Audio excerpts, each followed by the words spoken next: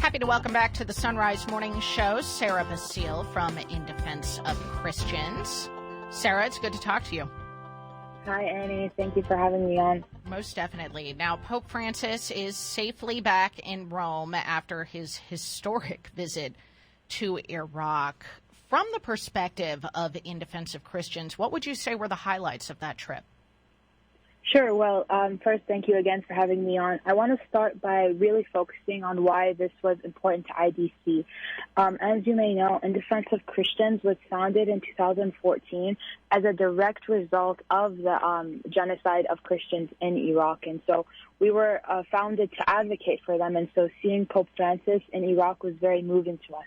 Since then, we've worked on the recognition of the genocide, and we had Vice President Mike Pence at our dinner announce the direct aid to victims of the ISIS genocide. So, again, we're really happy to see this message of peace from Pope Francis, especially to a group that has suffered so long.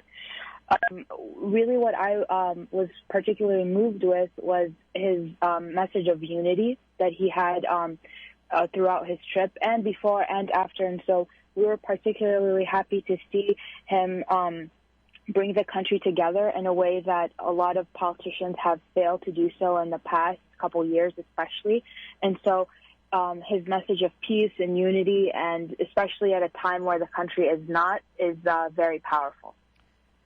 Do you think that the meeting between Pope Francis and the Grand Ayatollah al-Sistani will be significant when it comes to advocating for Christians in the future?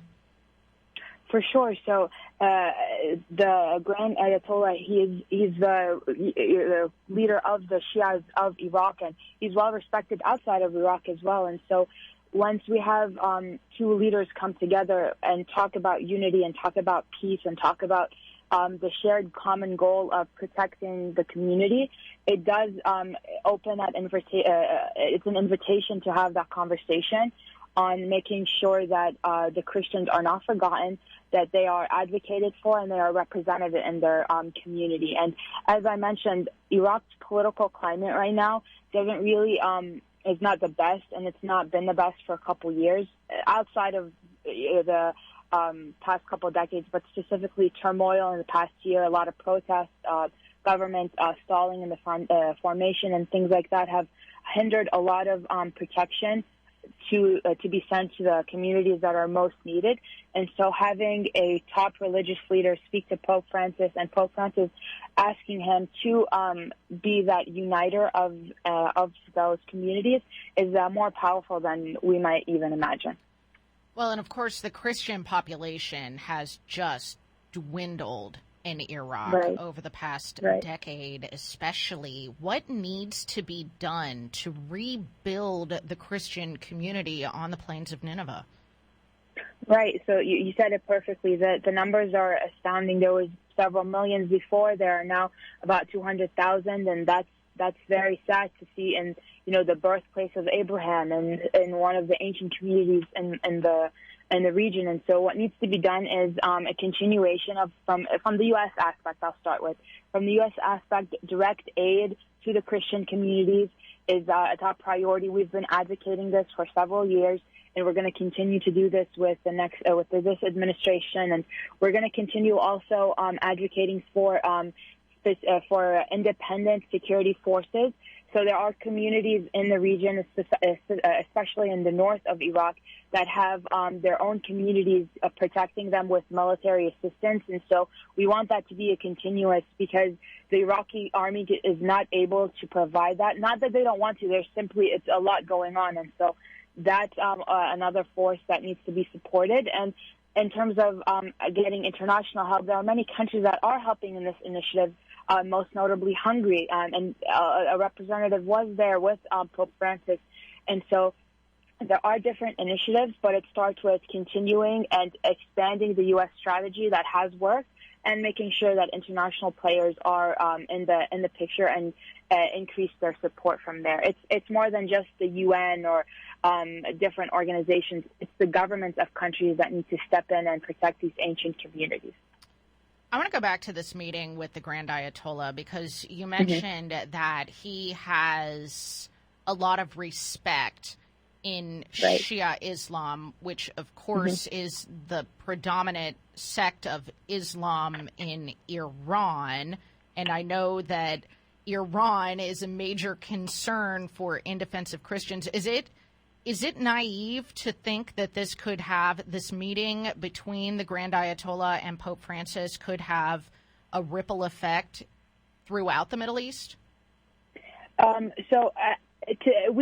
There's two sides of this coin. We can either be hopefully optimistic or we can be responsibly optimistic. And I'd want to take the optimistic route and with responsibility, because what happens is when you have that conversation, like I said, it opens other doors, but that doesn't mean that all the issues are fixed. And because Pope Francis is there, Iraqi Christians are all doing 10 times better. No, but like I said, it starts that conversation. And when you have leaders that are respected, open that door, it does invite others to take that lead.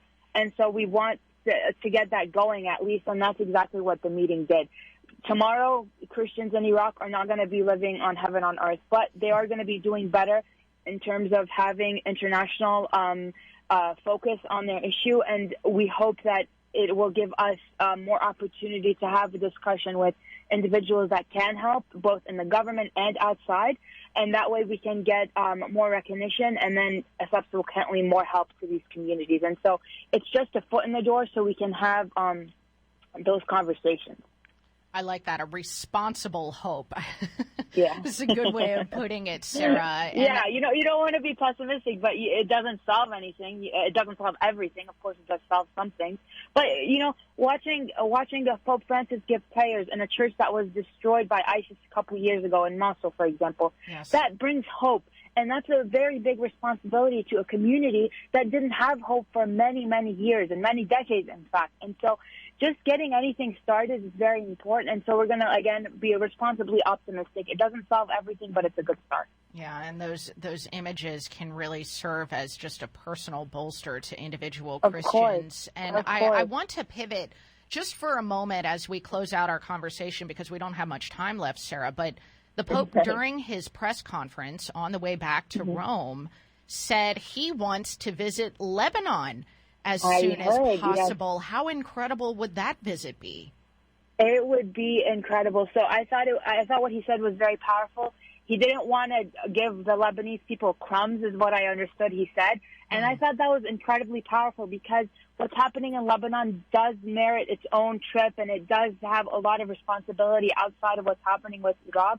But the last time a pope went to Lebanon was when I was a baby. That was 20-something years ago. Wow. And so it is very important to see that happening, and it was very powerful. He also announced other trips to places in Europe.